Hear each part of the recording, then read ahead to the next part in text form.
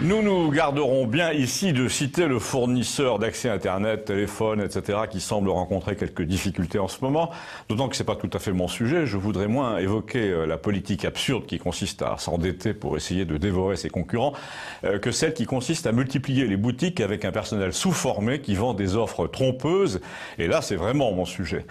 Parce que les campagnards qui connaissent un peu les ordinateurs et les réseaux, et dont j'ai le malheur de faire partie, sont souvent obligés d'accompagner un vieux monsieur, enfin plus vieux qu'eux, à la boutique de téléphonie de la ville voisine pour l'aider à changer de box, de forfait, à régulariser ce qui doit l'être, à renoncer à un service télévision qui n'a pas lieu d'être. Et là, vous comprenez pourquoi on peut annoncer brutalement comme ça une chute boursière chez l'un ou l'autre de ces opérateurs, parce que le sentiment d'accablement qui s'empare du client, donc finalement des actionnaires, s'explique très très bien sur le terrain. Il suffit d'avoir attendu pendant 45 minutes derrière trois vieux couples qui se feront expliquer comment entrer leurs identifiants, ou qui viennent rendre une box déficiente mais qui n'ont pas le contrat, ou qui viennent résilier après un décès et à qui on réclame des papiers en nombre. Il suffit d'avoir entendu les sornettes technologiques que balance un vendeur qui n'y connaît rien mais qui affirme que vous ne pouvez pas avoir Internet avec Linux. Il suffit de mesurer la mauvaise foi quand on vient se plaindre qu'un vieil abonné ait été facturé pour des services de vidéo à la demande qu'il n'a jamais choisi, ou pour des jeux à télécharger qu'il fallait résilier après 2 mois, faute de quoi vous étiez abonné de force à 5 € par semaine. Alors quand vous avez 700 € de retraite par mois, sans voir ponctionner comme ça 70 ou 80 à cause de procédés commerciaux déloyaux ou de numéros surtaxés, être harcelé 10 fois par jour par les filles des centres d'appel du Maghreb qui travaillent dans une ruche téléphonique où on entend 15 personnes derrière et qui veulent parler à votre femme alors que vous êtes veuf depuis 4 ans, tout ça explique très bien pourquoi les abonnés finissent par déserter en masse un opérateur ou un autre.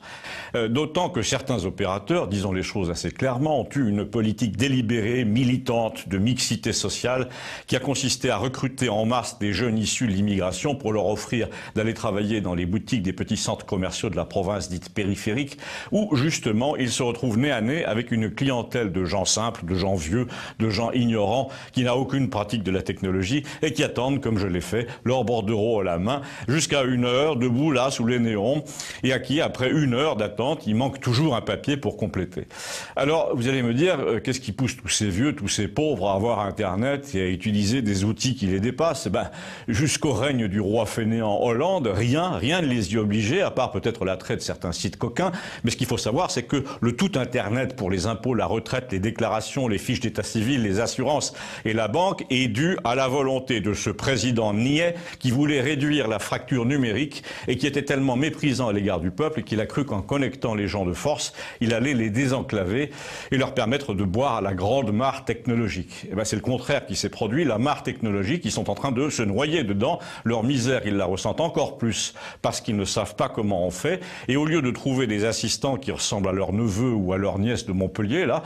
ils voient arriver de plus en plus de gens qui ressemblent plutôt à des basketteurs américains dans des boutiques de télécom et qui leur parlent sur le ton de Will Smith en disant « Ouais, il faut rester cool, faut pas se prendre la tête, sérieux, sérieux ». Sérieux, la France des nouveaux retraités, qui devient extrêmement nombreux, exige plus de respect. Et quand un titre plonge en bourse, c'est parce qu'elle représente un marché qui est en train de s'organiser, de riposter, et il n'est pas impossible que je sois en train d'y contribuer. Si c'est le cas, dites-le moi, merci.